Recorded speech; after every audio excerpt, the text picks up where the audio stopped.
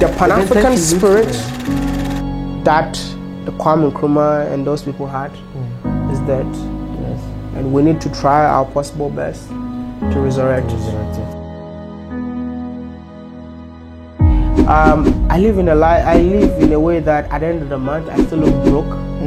Every month. Those are the things that I love to talk about. You know, it's all about creating wealth, not looking so rich. Rich people, wealthy people across Africa has impacted my life so much in the way I do things. And 3 things that I've taken from them.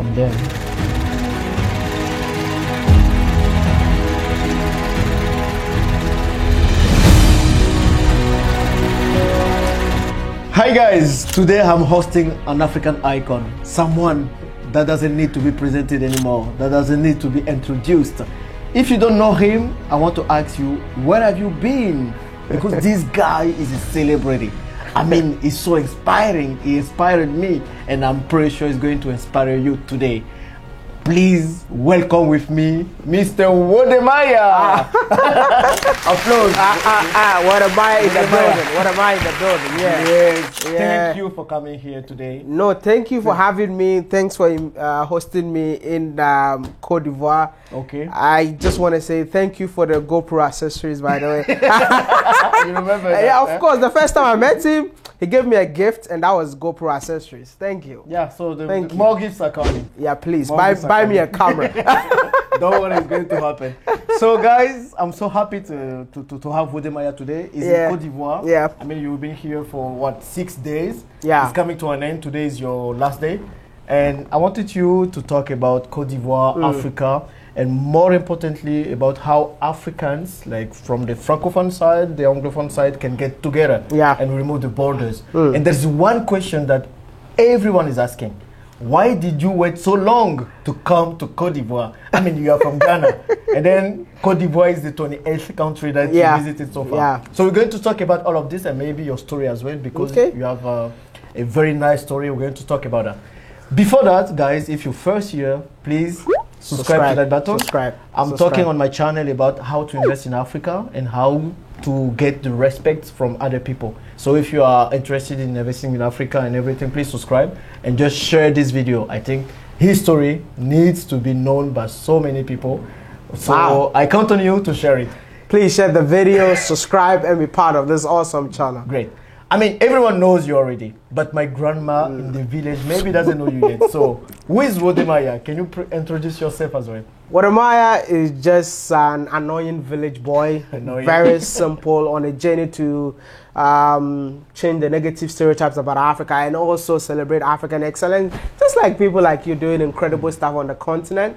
And it's my responsibility to bring the unknown to the limelight. Okay. That's it. That's all I do. That's it. But is WODE MAYA your real name? No. So how did you end up calling yourself WODE MAYA? So when I started my YouTube journey, my dad always wanted me to be an engineer. Okay. And I also wanted to be an engineer, by the way. But my dad was like, yo, I didn't take you to school to make YouTube videos. My dad stopped talking to me for 2 weeks. 2 weeks? Never picked my call. I called my dad so many times. He never picked up. So I have to call my mom. I spoke to my mom, and my mom was like, you know what, do your thing slowly. You know, I'll talk to your dad. I'll take care of him for you. So 2 weeks later, my dad picked my call. Okay. So I called my mom, what happened? Said I talked to your dad. So when my channel started growing, I changed the name, which used to be my name. Now the channel name is WODE MAYA, which literally means my mom. Okay. So if you call me WODE MAYA, I'm not your mom. I'm so sorry. So but it's just the name of the channel. So everyone is calling you my mom, my mom. I mean, welcome to Africa. It's the motherland. Yes, exactly. So the channel is all about Africa, right? The motherland. My mom. Yeah. WODE MAYA to the world. Okay. That's it. Great. We're going to talk. We're going to go deeper. But then now, after 6 days in Côte d'Ivoire, what is your first impressions? See, quickly, your first impression. I feel so ashamed. Ashamed? Yeah, to say this. I think I said it on my videos.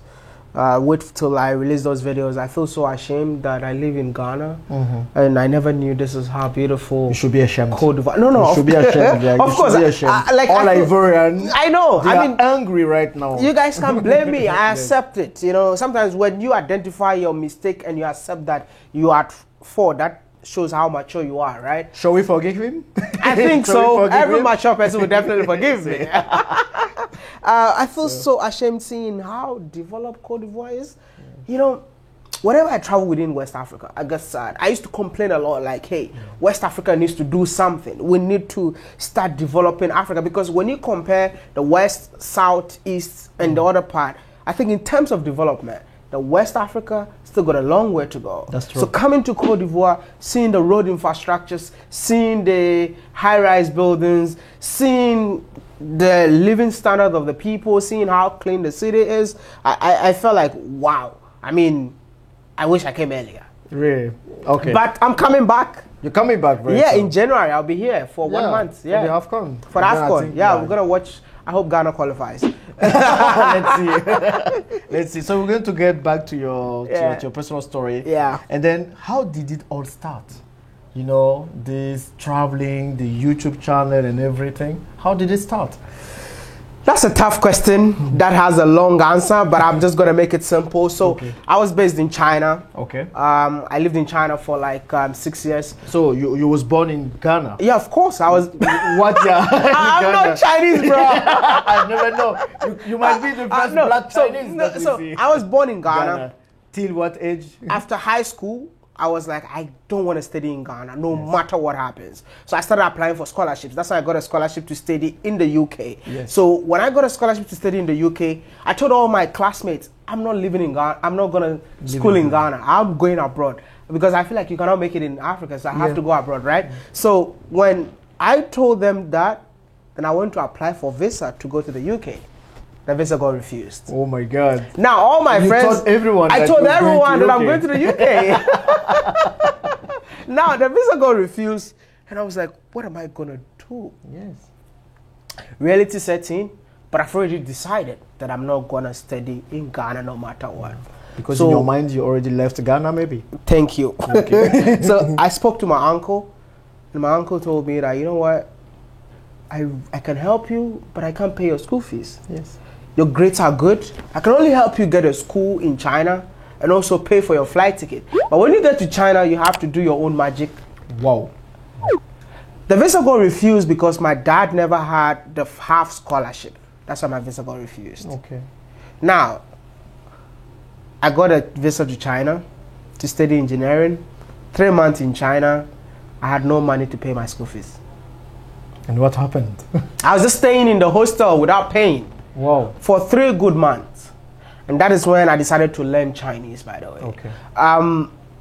When I was there learning that Chinese, I learned the Chinese with the local women that used to come and clean our rooms. Okay. So I had a first hand with the language, to the extent that when I got money to pay my school fees to start my course, I was able to speak Chinese. I actually learned Chinese in 3 months. 3 months only? In 3 months. You are a very smart boy, so.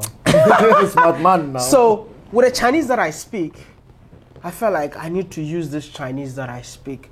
Instead of just every time going to class for engineering, can I take advantage of the Chinese that I speak? Can I take advantage of the internet that I have? Yes. I had 24/7 internet. Even when you go to the playgrounds, there's internet. You have internet there. So I started doing research. What can I do with the internet that is around me? And that's when YouTube came in. Okay. So I started YouTube as a comedian, bro. I used to make comedy videos, but my friends were saying that I was not funny. Which year was that? This was around 2013, 2014. Okay, what is 2020? Okay. 2013, 2014. My friends were like, you're not funny. Okay. I kept on making videos. I go to class. Everybody laughs at me because I'm making YouTube videos. I used to, a friend of mine is coming to Ghana tomorrow. Okay. His name is Tony Megabush. We started this whole videos together. By the end of the day, our classmates were laughing at us so much that Tony had to quit. Oh, he couldn't like stand it. He couldn't stand it. Couldn't so stand, I had to continue. Wow. Now, I continued. Then my father found out Ooh. that I'm making this kind of videos. So what did he say? What was his reaction? Like he sent his son to China to study there? To become an engineer. To become an engineer. And he's on the internet chasing women giving women banana to eat. There's a video that I have on the internet that I used to face racism when I was in China. They used to call us monkeys in China. So there's a video that I did where I gave my ex-girlfriend or my girlfriend that time banana. And then and she ate it, and I'm like, if you ate banana, I also eat banana, then we are all monkeys. So my dad saw the video, and my dad got extremely mad, and that's what I said earlier. So right from there, when my dad started talking to me, I visited Ghana. I came to Ghana, my father sat me down and said, why are you doing this? And I'm like, I just feel like I have passion for it. I love talking, and I feel like I need to talk and make money. I convinced my dad. My dad understood, and my dad gave me an advice that changed my life. My dad told me, you speak the language. I think Chinese people need to know about Africa. So use the Chinese that you speak to educate Chinese people about Africa and stop chasing women every single day. Wow, that was an advice. And that was an advice. My dad gave me a car to go and make a YouTube video far away in Ghana about Chinese people extracting gold in Ghana. Okay. So today, so many documentaries that people are doing are using that video. Even till today. When I did that video, went back to China, started making videos about Africa. And bro, it started going viral. Now people started identifying my channel. So I lived in China, making videos about Africans living in China, black people living in China, sharing my experience, trying to change the misconception about Africans and black people in general living in China. And guess what happened? Tell me. So many students were coming to China. And they were coming to China and they're saying that, oh, we saw WODE MAYA's video. People come to China to do business. They're like, oh, we came to China to do business because of your videos. But at some point, bro, I felt like I'm not from China. Can I have this impact in Africa? When I wanted to come to Africa, I had no money. So how did you manage? It's a long story, bro. We have time. Today, I mean, it's a long story, bro. You are always it's a long story. You are the one asking questions all the time. Now we want to know your story. So how did you manage to leave China and come to Africa? So when I was making videos about Africa, at some point I felt like I don't belong in China. Why? Because of racism. Because I felt like I was not welcomed. I felt like even living in China was more of you're trying to survive. Exactly. But then what kind of racist act that you faced in China? What was like the extremes one? You can sit in a bus and no one wants to sit beside you. Really? Just because you're black. Some people even think that you shake their hands, you're gonna you have infected you with HIV. Yeah, I can't remember. It's a funny story. It's a funny story. So there's someone. We went to look for a friend of mine who lives in an apartment. You know, in China we all live in an apartment. So I think we got the wrong door. So we knocked, and a Chinese woman came out, and we said we're looking for this person. I think we knocked the wrong door. It's like, oh, that's the neighbor. Guess what? We went to the room. 5 minutes later, the lady came to knock and started crying like, did we give her HIV? No, this is not true. And I'm like, I thought HIV is sexual transmitted disease. Maybe nobody touched you. You had sex by shaking his hand. No, but nobody touched you. We didn't even shake hands. We just said hi. She came to knock our door. See, I think my classmate, Richie, can testify what I'm saying. Man, that was huge. That was extreme, man.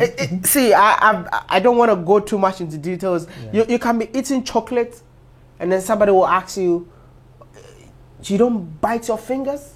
Because the chocolate color is exactly the same as color as yours. I mean, you're trying to look for a job, and they will tell you that, hey, we're looking for a black person, but a black person needs to look like Obama. Man, you think that you faced like racist acts every day, but this is insane. I think when it comes to China, I don't. It's not like maybe they're racist. It's like ignorant, because the Chinese media has done so well in terms of what they feed the people. Exactly. They really literally don't know what's happening outside China. So everything that they consume is what they feed them. But I had a great time in China. I'm not gonna use this to say that Chinese people are bad people. I had fantastic time in China. I had people that really loved me and all of that. But that was what made me come to Africa. Okay. So with the kind of racism, my colleague sees me and like, why are you working in this company? You know, are you smart enough to be here? And that's when I felt like, you know what, I need to go to Africa to show Chinese people that Africa is the place to be. Africa is beautiful. I didn't come here for Africans. Yes. I was not interested in you guys, man. I was interested in trying to change the narrative about Africa for Chinese people. That's why I designed a logo called Africa to the World. Exactly. Okay, this is how it starts. And then Africa to the world. Then I came to Africa, then I realized that, my goodness, Africans themselves don't even know that Africa is beautiful. So I learned along my journeys across Africa. And that's when I reduced the Africa to the world to Africa for Africans. For Africans. But then you didn't have money in China to come back to Africa. Who gave you money then? This guy. It's sad sometimes when I want to talk about this. Like, I wish Africans can start supporting Africans right from day one. I wish Africans can believe in the dreams of other Africans. I wish Africans can support their fellow Africans right from scratch. Yes. When I started making videos in China that I wanted to move to Africa, I didn't have enough money. Why? Because I lost my dad in 2017. Yes, you said it. So when I lost my dad in 2017, every little money that I get, I need to send it to my mom. My mom was not staying alone.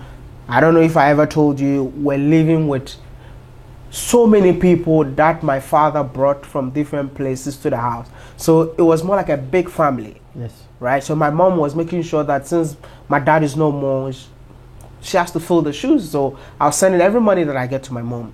Okay. When I had the dream of coming back to Africa, I didn't have money. I wrote online. We have something we call WeChat. Ask Africans, please, I really have a vision of going to Africa to promote Africa to the world. We need to prove to our Chinese people that Africa is the place to be. But can you guys support me with $1? And they supported you? Hell no. Really? Hell no. Everyone was telling me, oh, we don't support work like this. Oh my God. If you really want to promote Africa, talk to the AU. We are not an organization. There's so many. I took screenshots and all of that. I believe that all these things actually made me tough to go on this journey. And I gave up. And I had a friend, a Chinese friend that I've known for 5 years. Let me tell you something about this Chinese guy. He was a photographer. And even when I started making YouTube videos, I didn't have a camera. Yes. I only had a microphone and a memory card. So this same Chinese guy, he's a photographer. He brings his camera. I put my memory card. Then I put in my microphone and we go on the street to interview people in the videos that I do in China. So this guy really believed in my dream from day one. Yes. Guess what? We use a credit card to buy a ticket for 5 countries in Africa, which sum up to $5,000. Traveling in Africa is extremely expensive. Man, yeah, we need to talk about that. So this guy paid for everything, and I ended up in Ghana. Okay. Before saying what happened when you arrived in Ghana, man, you just said you was taking care of your family in Africa while living in China. Yeah. So what happened? What was the reaction of your mom when you said you live in China to come to Africa? I mean, you was the one sending money. Auntie Maggie, my mom is called Auntie Maggie. Auntie Maggie. Yeah. Auntie Maggie literally cried. My mom cried. My mom thought like somebody has jujued me. Ooh, really? You know, juju in West Africa. Exactly. You know, my mom, because I was the only one taking care of the family. My mom felt like something is wrong with me. Coming back to Africa, living in China, got a good job. Why are you coming back? And I told her I've already decided, and I'm coming. And there's nothing you can do about it. So she didn't even know the day I was coming. Okay. I just packed my bags, and I found myself in Ghana. So no one came to welcome you at the airport? No. I came myself. I just surprised them. So Yeah. you came to Ghana, you started making YouTube videos. Yeah, I started So- making YouTube videos in Ghana. Yes. And at the end of the day, It was not picking up Ghanaians didn't receive me. as well. Yeah, of course, man. I'm like, There is a saying like you are not a prophet in your own, in your own tribe or something like that. I started making videos trying to showcase the beauty of Ghana, but Ghanaians never received me. They didn't really know what I was doing. What are you doing? What do you mean by you are showcasing the beauty of Ghana? So I left. Okay. I checked around and I decided to go to the capital of Africa, which is the Africa Union headquarters, which is Ethiopia. Then I got to Ethiopia. Because I had loan to pay, I had to shoot videos every single day. And when I uploaded the first video, it went like viral. From 0 to 100. Wow. So I uploaded the next video, 0 to 100. I was getting 1,000 subscribers every single day. And I'm like, what is going on? But you know, the ticket was already bought because go from Ethiopia to another country. I had only 5 days. Yeah, okay. Rwanda. I arrived in Rwanda on the 14th of February 2019. Oh, that's like a date. You remember? Valentine. Okay. I arrived in Rwanda. I have loan to pay, so I can't rest. Went straight to town to shoot a video. I was in town seeing how clean the city is, Kigali. Then I was so hungry, so I wanted to go and eat. On my way to go and eat, I saw a young man clean the gutter and all of that, and I'm like, hey, why you clean the gutter? The gutter is already clean. So it's my job to clean the gutter 5 times in a day. Wow. I went to eat. I wanted to go and eat. I'm hungry. But when I was about to eat, I'm like, the guy, he said he cleans the gutter 5 times a day. Then I grabbed my food, went and sit in the gutter, and I gave the camera to the same person who was cleaning the gutter. Can you shoot me? Then I said, this is the craziest thing I've ever done in my entire life. That video. It used to be like one of your most viewed video on YouTube. Bro, I did that video, went home, same time, edited, uploaded. When I was uploading the video, it was 9 p.m. Even my title of that video was wrong from day one because I was so tired. Now, I woke up the next morning, the video was everywhere. Wow. And that video changed my whole life. And then, how did you feel when you saw that? Bro, what was your feelings? Bro, I was so happy. I don't know, there's anything to describe how I felt that day. Yeah. Like seeing your videos on TV, seeing the news talking about your videos, seeing my brothers sending me screenshots from groups people are posting. You became I became a celebrity, man. I was like, yeah. I mean, my videos have gone viral before, but my video going viral in Africa, where I'm from, that was everything for me. Okay. And it changed the whole story, bro. So this is where starting picking up and everything. My videos went viral from there, and I made my first $10,000 in 2019. The loan was $10,000. $10,000 in 2019. So imagine if I was making $10,000 in 2019. But we know we are rich, man. No, everyone knows. No, I'm not saying. I'm just telling you, like, I made my first $10,000 in 2018. Okay. 2019, 2018, maybe. Something like that. Yeah, and I went back. I called my guy. And I said, we are paying the loan. So from the $10,000, you paid the $5,000. I paid the loan. I gave him some money. And then I went back to China. Why did you go back to China? But I didn't come here to stay. Oh, really? No, so you came to Africa? Oh, look at this, man. Who wants to stay in Africa? No one. Not even you before. No, not even me. No. But I felt like there's no life here. I felt like you just come in to promote Africa, show the beauty of Africa, and go back. Yeah. But when I went back, I felt like I was lost. I felt like, why am I doing this to myself?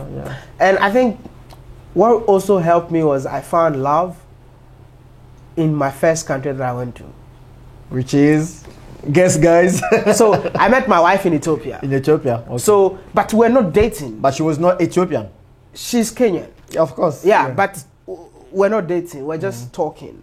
But then I saw the connection, you know, so I was like, you know what, if the connection is there, I have to also come back. That's one of the reasons why I also came back to Africa. But why you didn't go to Kenya then? And you came back to Ghana? Because I'm from Ghana, but the thing is, like, when I was in China, when I uploaded a video, the Africans that subscribed to my channel because of the Africa to the World videos that I was doing, Yes. were like, we don't want to see your Chinese video. Come back to Africa. Exactly. And besides, I gained 50,000 subscribers in a month. So imagine 50,000 people telling you that we don't want you to stay in China. Come here. Come back. I came back. I continued what I was doing. And before I even came back to Africa, 50,000 people also joined. Whoa. Man, that was like a lot of subscribers in So a few I time.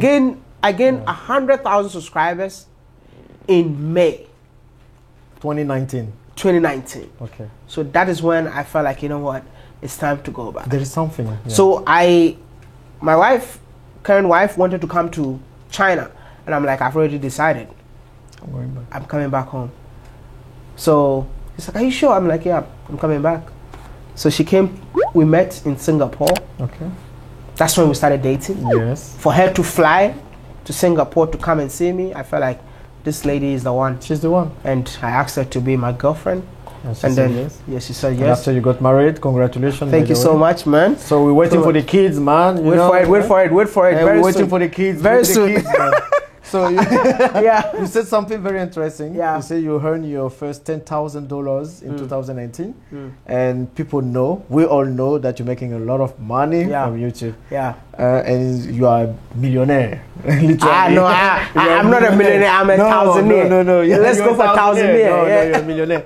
And then the question that comes to my mind is like, you have a lot of money. Yeah. You meet like billionaires, you meet rich people, you meet presidents.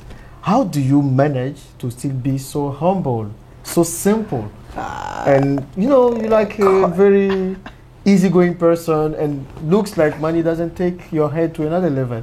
So how do you manage? Because you know, in Africa, when someone has money, he's going to show off. You're going to see the chain, the clothes, the everything, the car, and it's going to be so arrogant and everything. But that's not your case. And that's something I liked about you also. So I don't see myself to be humble. Really? Maybe if people out there think that I'm humble, that's okay. But for me, I think my father was my mentor. Okay. The legacy that my father left behind has always been something that I always work with. My father was not all about money. My father was all about impacting a society. My father is dead, but go to my village where my father was, people still remember my father till today. Okay. People will see you walking and they will cry, thinking that, I wish your father was here. Around. Do you get what I mean? Because we lived in a family, we're just 5, but we end up living with over 30 people. No. Yeah. And we arrange ourselves in a bedroom like sardine. Ooh.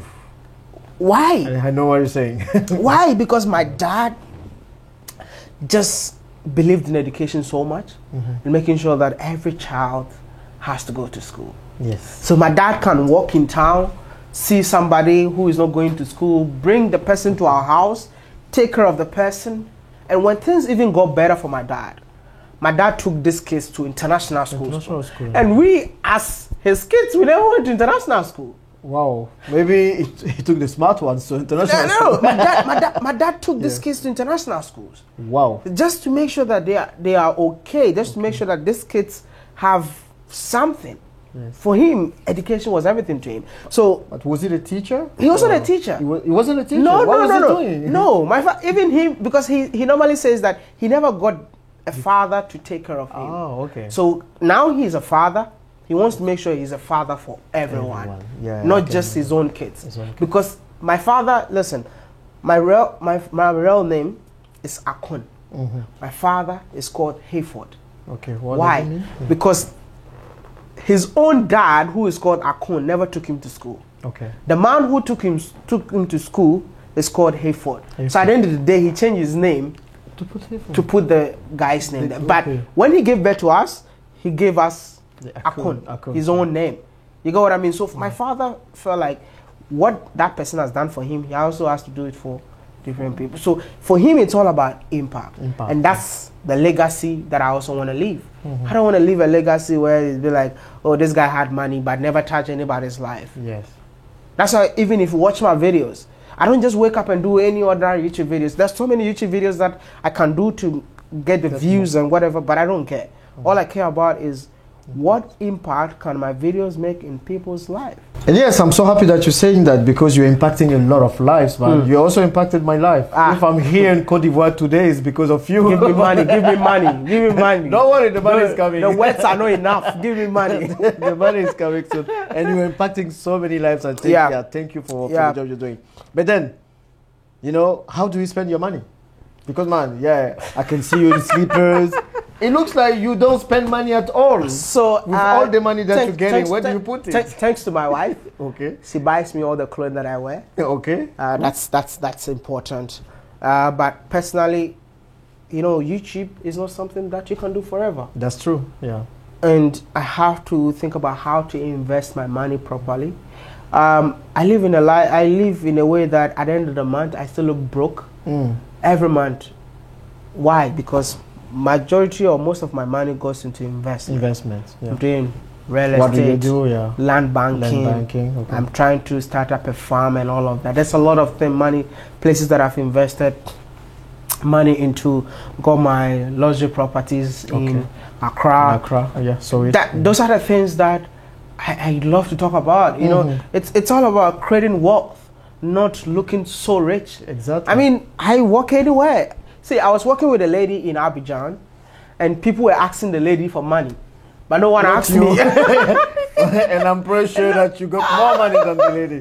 No, they come and they go to her. To her, because it's how she was dressed, maybe. Exactly. So I just feel like money is not the main goal. Yes. Looking rich, looking flashy is not the main goal.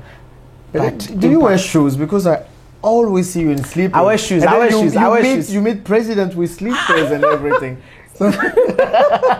You know, when I went to Germany, I was invited to be one of the hosts for the Munich Security Conference, and I wore shoes, and people were like, "Oh, Maya wore shoes for the first time." Like, it's because it was cold. If it was not cold, you would never see me in shoes. Why you don't like shoes like that? I don't know. I think slippers makes me so comfortable. Okay. I don't know. I love to be free. I love to wake up and I'll be like, I'm free, fly like a bird. You know, that kind of vibe. And slippers gives me that vibe. Shorts, slippers, that's it. T-shirts, And listen, I always want to tell people to stay authentic. That's very important. Be who you are. Build yourself, and create value for yourself. Yes. When you create value for yourself, it's your value that matters. Exactly. Not what you wear. I mean, I've sat down with president not because I'm WODE MAYA. It's because of the value I bring on the table. I think Africans judge so much about your appearance, and that's why we have so many thieves. Yeah, also among us. Among us. Appearance is everything for people. So I want you to judge me. It's okay. The broke guy. I'm okay. Yeah, it's but okay. Then you're doing everything on the other side. No, it's okay. I mean, I don't want to be known for a guy who shows off. I'm not a big fan. I keep seeing your marks here. I think you need to explain how it happened. So I know maybe a lot of people want to know. You're going to explain later. We're going to talk also about why you didn't come to Ivory Coast since why you don't visit much. So the Francophone country, so everything is coming. Yeah. So if you want to give advices to someone who wants to start YouTube right now, what would be the 3 advices quickly that you can share with everyone who wants to succeed on YouTube and maybe make a living from YouTube? Stay true to yourself.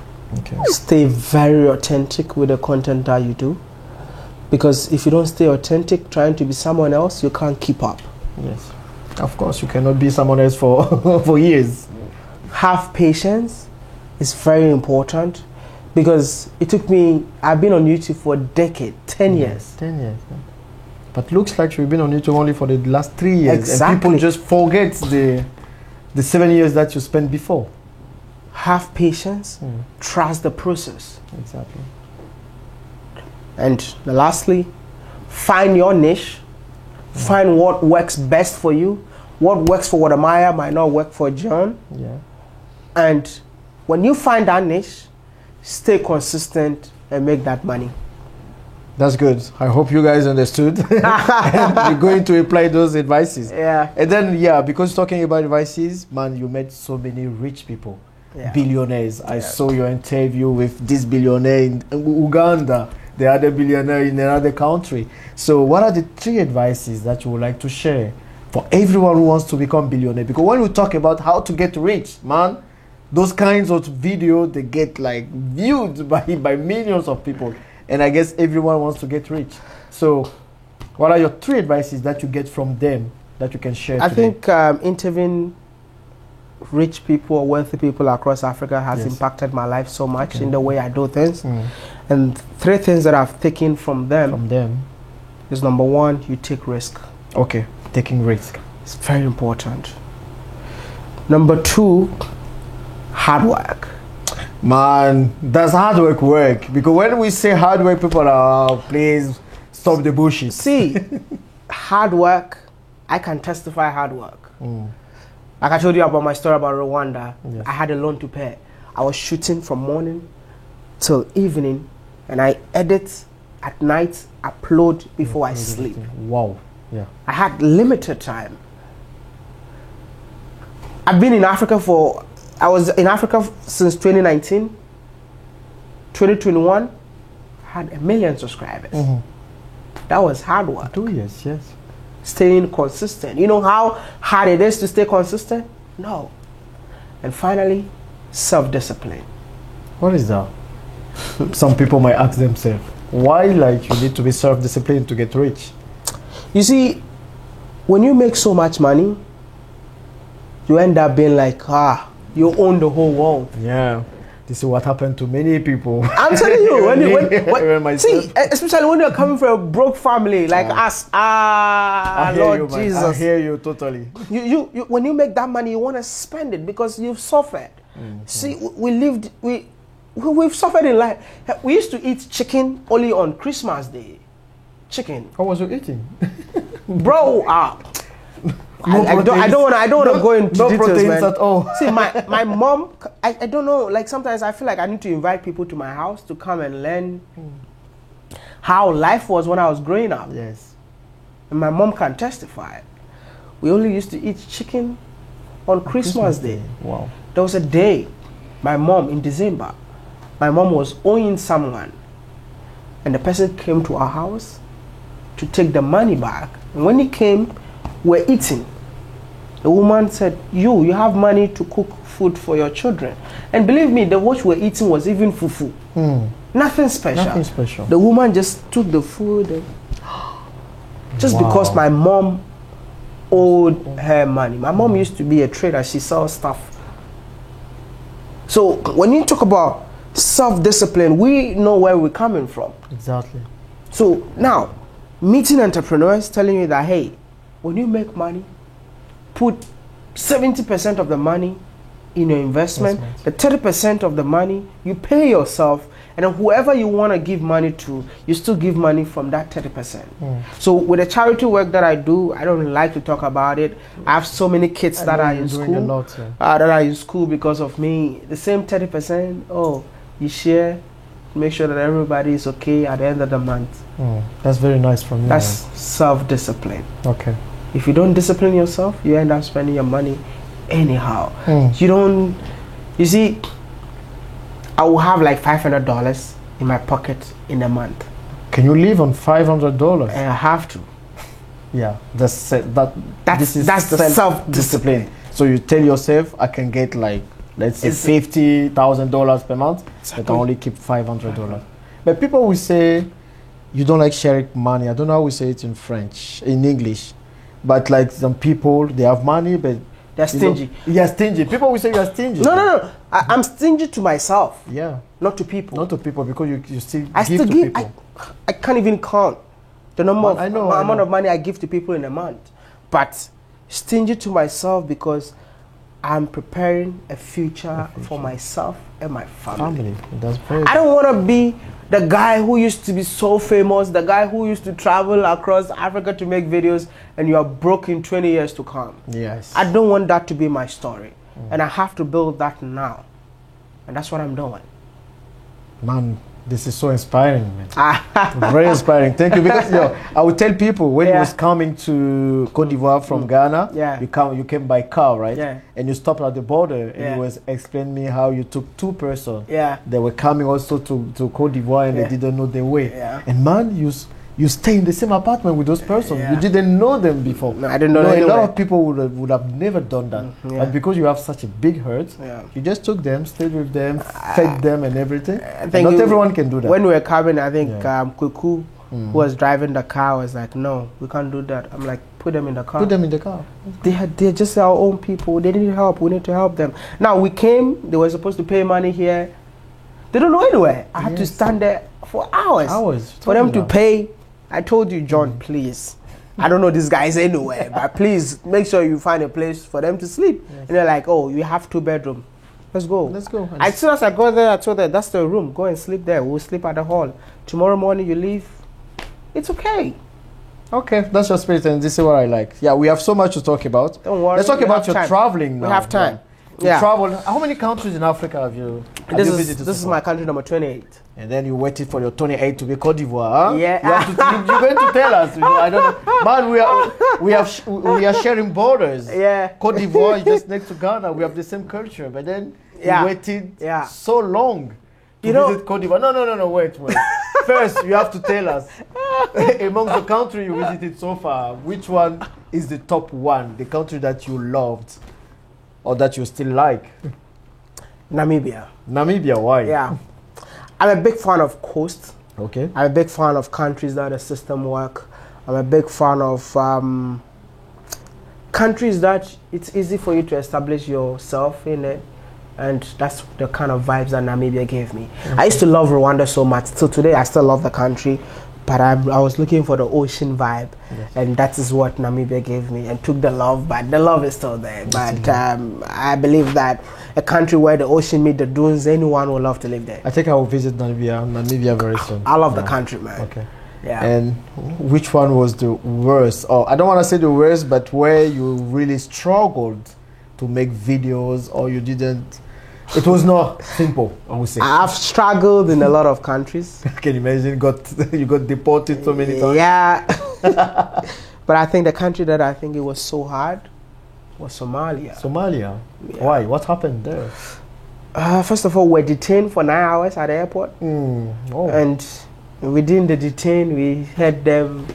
They fought for you fighting and all of that. And it was so scary. So we left our passport there and sneak into the country without our passport.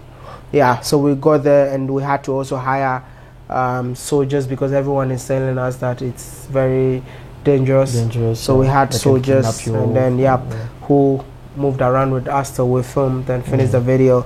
I think South Sudan too was a bit tough. We had a national security guard who was supposed to protect us and show us where to film and all of that. Even him, he was scared. It's like, you can't film here. At the end of the day, we had to use our phones to get the videos done. And actually, when we finished the South Sudan videos, that's one of our best videos. And people were so happy about the videos, but they never knew the struggles behind those videos, man. And most of the time, that's the case, man. You struggle to make videos. I saw you struggling to make videos about Cote d'Ivoire, and I'm pretty sure the video about Cote d'Ivoire will be amazing. But the struggle, man. I told you, I said, I can't, it's a full-time job finally. You have to think about so many things. Exactly. And congratulations. Thank you. Thank you. You need patience and so many things to succeed on YouTube and everything. That's fine. But then, why did you wait so long to come to Cote d'Ivoire? I was waiting for you to move to Cote d'Ivoire. So what do you say? God's time is the best. But you started before knowing me. No. God's time is the best, See, first of all, the best part of the video. I want to hear what you have to say about that. First of all, I'll say I'm so sorry. I feel so ashamed. I'll say it again, that we are just here and I've never been here. One, language barrier was a big problem for me. Anytime I go to Francophone countries, I really struggle. I can't communicate. And I also sometimes feel like the Francophone audience needs to be too open for us. Really? Do you think they're super close? Of course. Why? I feel like see, I'm not saying everyone, but most of the Francophone people are so close-minded. Really? Why? Why do you say that? What was your feeling, or what is your feeling about that? You can speak freely, man. You see, the fact that you think you're a Francophone does not make you special. Oh, because there's Francophone, this is what they think? That's what. See, I was attacked on Twitter recently. Why? Just because I wrote acheke. We eat acheke. We eat acheke in Ghana, right? Yes. I spelled it ACHEKE, and it's right online. Yes. They said I was supposed to write acheke. We write it with T-T-A-T-T. So people were like, and they were attacking me just because I'm an Anglophone. Wow. Oh, these Anglophone guys, what did they, you know? And it's so stupid. Wow. I feel like it's a stupid mindset for you to see yourself as a Francophone. No, you're not from France. You're an African. Exactly. There's nothing like an Anglophone or Francophone. These are what colonizers created, and that is in our minds. It's about time we just get rid of all this colonial handcuffs in our brains and our hands, because it's getting out of hands. Oh, totally. You should see another African from another African country as one of your own. If you see somebody as your brother, that's when you start embracing them. But if you start seeing them that that's a Francophone guy, oh, that's an Anglophone guy, that's when you start, what do you call it, creating borders between you. And this is, so what do you think Francophone, I hate this word as well, but people speaking French in Africa should learn from people speaking English? Because when we take like I don't think what we can do is to get rid of the Francophone and Anglophone in our minds. In our minds, yeah. See, you've seen me in here, even I don't speak the language, but whenever I see someone, I want to say hello. I want to talk to you. I want to embrace you. I want to let you know that we speak the same, we are the same people. Exactly. Do you understand? Because I came here and I'm hearing people speaking Tree, which is what? One of the languages you speak in Ghana as well. Exactly. I think we need to create bridges between we need to bridge those kids or all sons of Africa. You're right. And then how do you think we can make it happen? You know, Kwame Nkrumah and the person who came before us tried. People will say they failed. So do you think it's still possible to succeed? It's still possible. Uniting Africa. No, it's still possible, but it will take maybe the next generation. The next generation. Why? I want to see it, man. I want to see it. Because the people that are leading us don't have the same spirit as the Nkrumah, the Nyayeres. Yeah. These guys are investors. They're not leaders. They're not leaders. Oh, you don't agree with me? Because how can you be living in a country where if an African wants to invest in Africa, you frustrate them? Exactly. But if a foreigner comes here, you embrace them. You open your doors. That's true. Why? Because you're an investor. You don't want to see the well-being of the country. Kwame Nkrumah talked about this some years back. Maybe because they're afraid of the lies. They think if another African raised No, but that's how China is built. Well, people don't see the diasporans built China. Israel. Diaspora as well. That's how it's supposed to be done. You empower your people. You see, we've been through colonization. Now we are going through neo-colonization. Why? Because now they are not coming to put handcuffs on your hands. Because already me, I believe that even the white people never left. Yes, all they're still around. No, they are no. When I say they are in our brains. Yes, that's true. So it's about time the leaders of today in Africa knows that we need to start empowering our people. But do you know that you can't create a business in China without having a Chinese person as your partner? Yeah, I know. The same in Dubai as well. I used to live in Dubai, but now. But then, do you think we can count on our leaders for that? No. Maybe what can we do from our side? I never count on leaders. It takes what we're doing right now. The revolution is happening. Social media is changing so many things. I mean, you are from Cote d'Ivoire, I'm from Ghana. We're sitting down, talking. That's the bridge that we're looking for. Exactly. That's why I'm saying that collaboration on the internet should be something that we need to encourage from different African countries so that we'll learn from ourselves, you know. There's so many things that I don't know about certain countries, But when I watch YouTube videos from people like you, I get to learn about the countries. That's good. And that is what we are doing right now, using social media as a tool to wake up Africans, for them to know that if you're from Ghana, if you're from Malawi, we're just the same people. You can come from Malawi and invest in Cote d'Ivoire. You can come from Nigeria and invest in Ghana, and no one cares. Because Africa is home for Africans. That's very good, man. Yeah. This is what you guys have to understand. Yeah. So stop the francophone, the anglophone bullshit. We have to just get together and do stuff together. I love my francophone brothers. Yes. I must say, I love you guys, but I just want you guys to know that we are just one people. Okay. So if it's a language barrier, next time you go to another francophone country, let me know. Yeah. But I have to learn the language. You have to learn the language. No, of course. That's what I want to do. I'll come here. I'll be here for 1 month. 1 month is enough. No, 2 months. You come. You bring your wife. I'll be broke, man. I'll take care of everything. I'll be broke. I'll be broke. I can't stay in one place for 1 month. I'll be broke, man. No, you come and then everything is going to be fine. And you fantastic. Learn French. Thank you. And I think we need to maybe forget about the French side, the English side. We need to have one African language. What should be that language if we need? Because talking the same language for me is the first step for unity. Yeah, it's very important, you know. So what should be that language? I think Swahili can work for us, even though it still got some Arabic words within, but it's the most spoken language apart from Arabic. So it's a language that we can start working on. I think if you learn English in school, we learn French in school. Yes. Why not just replace those colonial languages with Swahili? And then it goes back to our leaders. To see what I told you. So then we need to have like another system in place. The Pan-African spirit that the Kwame Nkrumah and those people had is dead. Yes. And we need to try our possible best to resurrect it. Yeah. And you're doing it very well. I'm trying. I'm just playing a part. That's good, man. So, what are the 3 things that you liked about Cote d'Ivoire? We need to talk a bit about Cote d'Ivoire. You're here, man, for the very first time. I think the gaba. The gaba? Yeah. You liked it? Of course, man. But it's too much pepper, man. But that's good.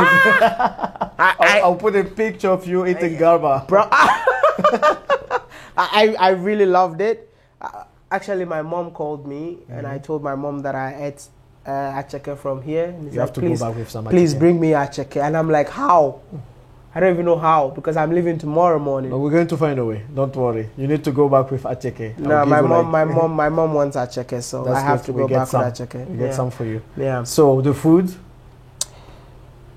The road connectivity. You said it so many times. It's incredible, man. I was so what was you expecting about Cote d'Ivoire, man? Come and see I don't want to talk too much. Travel in Africa and you understand what I'm saying. If you travel in Africa, so many African countries don't invest in roads. But Ivory Coast have done so well. I see this road, I think, okay, this is the best road. Then I see another road. I keep on seeing roads everywhere. And they are still constructing. Yeah, that's a good part. That's constructing more roads, so yeah. Okay. So what did you learn so far about Africa, about yourself, while traveling across Africa? What did you learn? I believe Africa is not a continent after traveling within Africa. Okay. I believe Africa is just a country. It's just one country. And it's about time Africans need to be aware of that. Why am I saying that? The more I travel, the more I realize that we're just the same people. Exactly. The food you eat, it's exactly the same food we eat.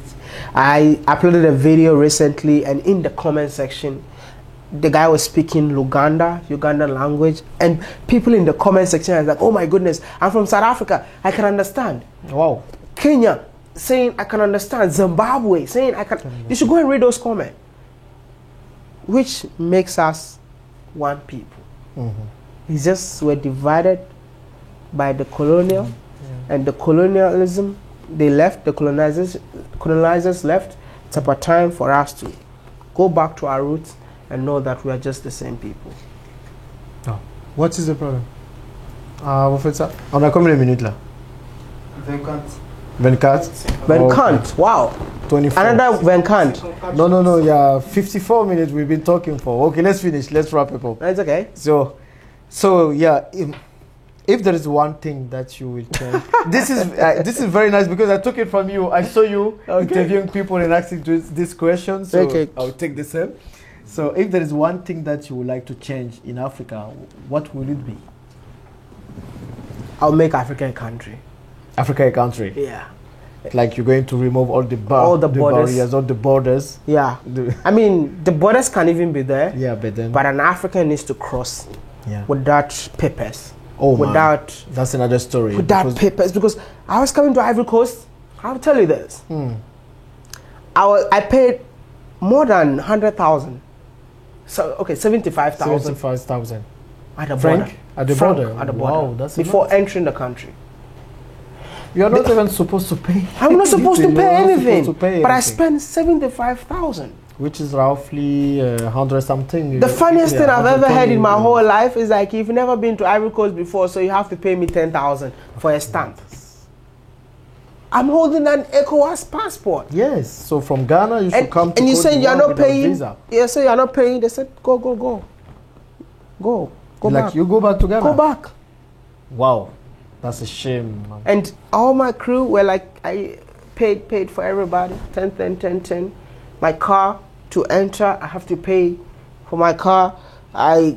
Yellow fever card. I have it. This is the yellow fever card that I've been traveling so many countries with. They're telling me I don't have a particular drug. So pay for it. Everything was just paying, the corruption and everything. So imagine, like, I sometimes wonder, do African leaders really know the kind of extortion that is going on our borders? I recently had a brawl at the Togo-Ghana border because I didn't want to pay money. But this time around, I was just tired. I'm like, yo, I can't be fighting people's battle for them. At the end of the day, even if you fight for people, they don't do anything. They don't do anything. So just leave it. I will make Africa a country, allow free movement of Africans within Africa, and super. That's good. It. Now let's talk about this. I mean, I keep seeing this mark, and then every time I'm like, I need to ask you, what is the story behind the mark? Did you make it to yourself just to look gangster, or what happened? So I had a monkey as a pet. As a monkey? Yeah. I had a monkey as a pet. Okay. His name is Jackie. And at some point, Jackie was so horny. Jackie wanted a woman so badly because I was writing exams. You know, you take Jackie to go and have fun and come back. But I went to school, didn't come back. And then, I came back, tried to play with Jackie, and Jackie gave me a mark. So this is a mark from a monkey. And then I go to China. My first ever girlfriend asked me that, what is wrong with this? And I was like, it's a so we did a tattoo on it. You did a tattoo on it, like a flower. It looks a flower tattoo. That's the beauty of the mark. Yeah, it's a mark. It's a flower. A flower around the mark. Yeah. I felt so embarrassed sometimes when I removed my clothes, and then this mark was there. You made it beautiful. So I made it beautiful, and now it's stuck now. Yeah, it looks good, by the way. I don't know, but in any case, it's a part of you. Of your story. Yeah. Okay, so you said you moved from China to Africa. Yeah. Okay, to be part of the journey and of the history of Africa. I also moved from Dubai to come to Africa. Yeah. But then, for you, why most people from the diaspora don't want to come to Africa? Because when you tell them you're going back to Africa, some people take you like for a foolish man. So you've been talking to the diaspora so many times, so much about coming back to Africa.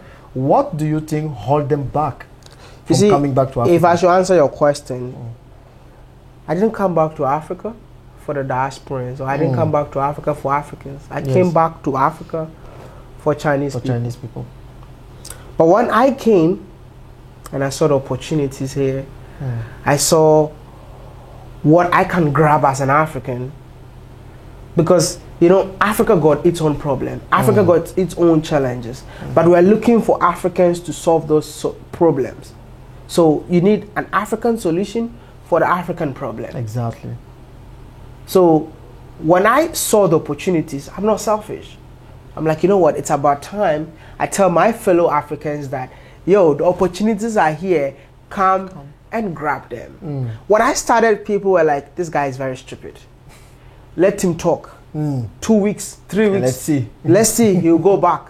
They said the same to me as well. It's been 3 years and I'm saying the same thing. The same thing. And now my job is even easier because there are people who listen to me, now came back to the continent, invested in the continent, made it so big, and now they are calling me to come and interview them. So imagine the impact that we are having right now.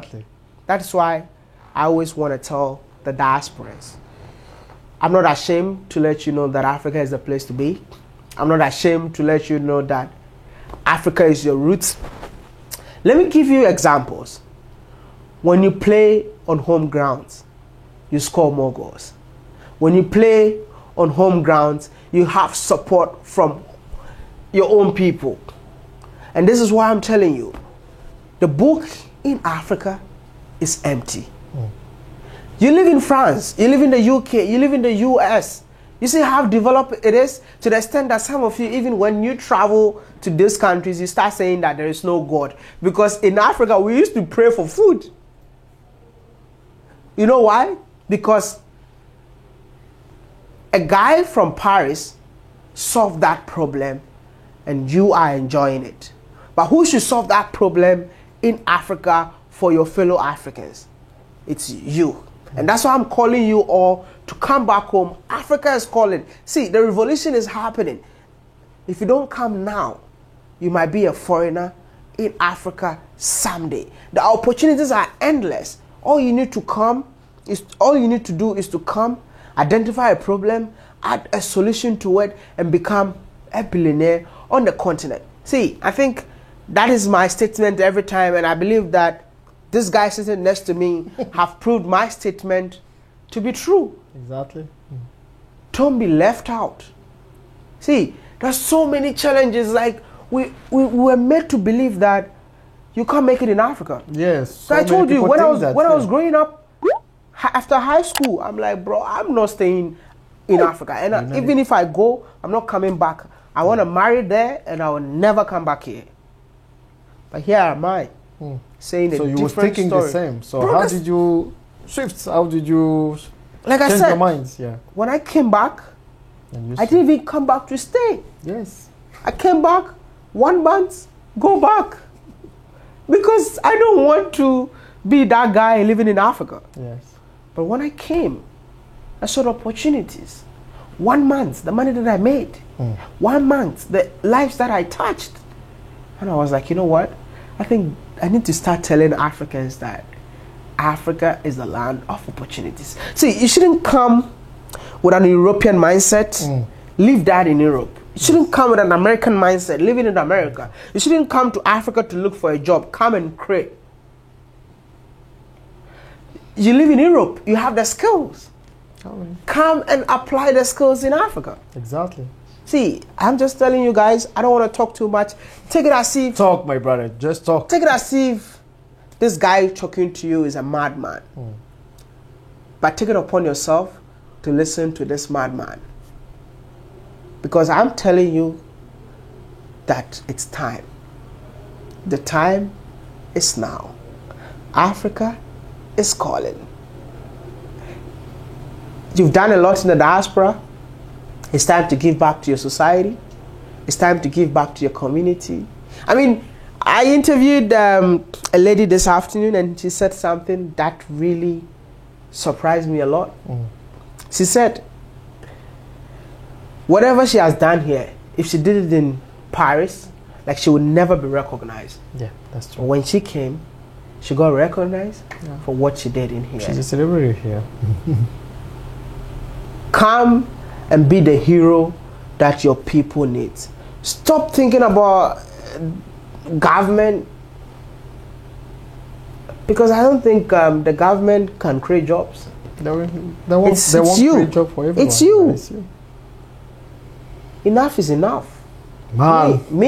I am telling you, I'm not selfish. If God, can you show them pictures of how I used to look like 4 years ago?